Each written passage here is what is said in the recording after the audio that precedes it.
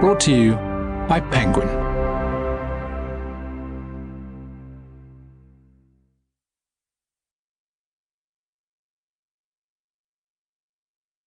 Medusa by Rosie Hewlett.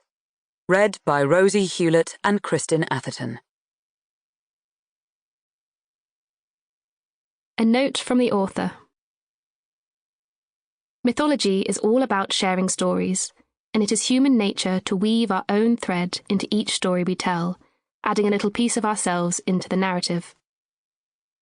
This is what I love most about myths. They are all part of an incredible, vivid canvas that welcomes storytellers to add their own mark, allowing the tales to flourish and grow, to twist and turn, to adapt and evolve. I believe this is why they have endured for so long and why they will continue to live on for generations to come. When writing Medusa, I followed this same tradition of myth, to retell but also reimagine. Therefore, there will be parts of this story that are very familiar, and parts that will be entirely new. I hope you enjoy my version, and I encourage you all to continue sharing these wonderful stories and adding your own unique mark. Rosie Hewlett. Forward. Read by me, Rosie Hewlett. 5 years ago, I sat down at my laptop and I typed the following words. I was beautiful once. I would not recommend it. Little did I know then that those 9 words weren't just the start of a new story, but also the most incredible, terrifying, rewarding journey that would completely change my life. I wrote Medusa during the 2020 lockdown.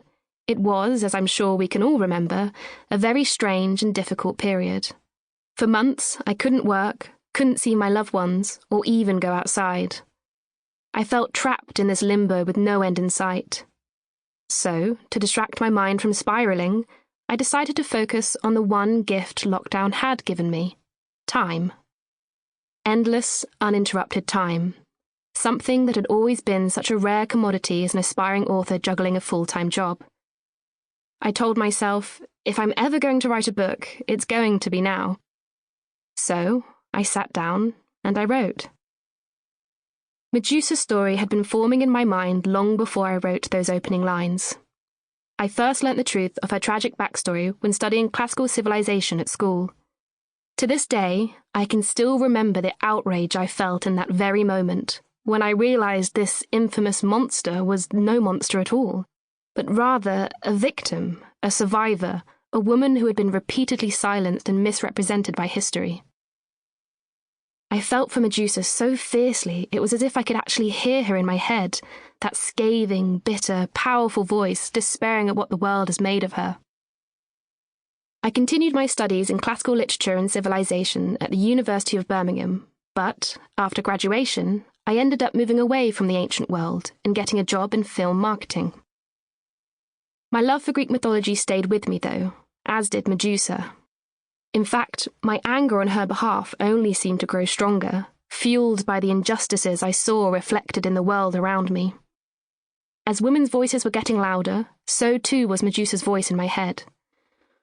When The Hollywood Reporter published its incendiary article on Harvey Weinstein in 2017, I felt so deeply inspired by the survivors who bravely spoke out, reclaiming their voices from the man who had tried to silence them. It made me think more about the ancient world I adored, about all the fascinating, complex women like Medusa, who had only ever survived and suffered through the male gaze. Who would reclaim their voices? It's important to note that during this time, the myth-retelling genre had nowhere near the popularity it has today, with only a few books on the market.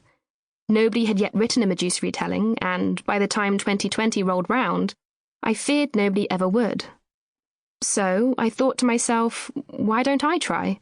Why don't I put to paper that voice I've been hearing for so long, and let Medusa finally speak out? Writing Medusa felt like the perfect fusion of my greatest passions, as a writer, a feminist, and a classicist. I had always wanted to write my own myth retelling and keep that ancient tradition alive, but I also loved the idea of challenging tradition and getting to explore these stories through a feminist lens.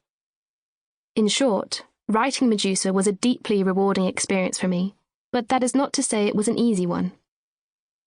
So much. Sample complete. Ready to continue?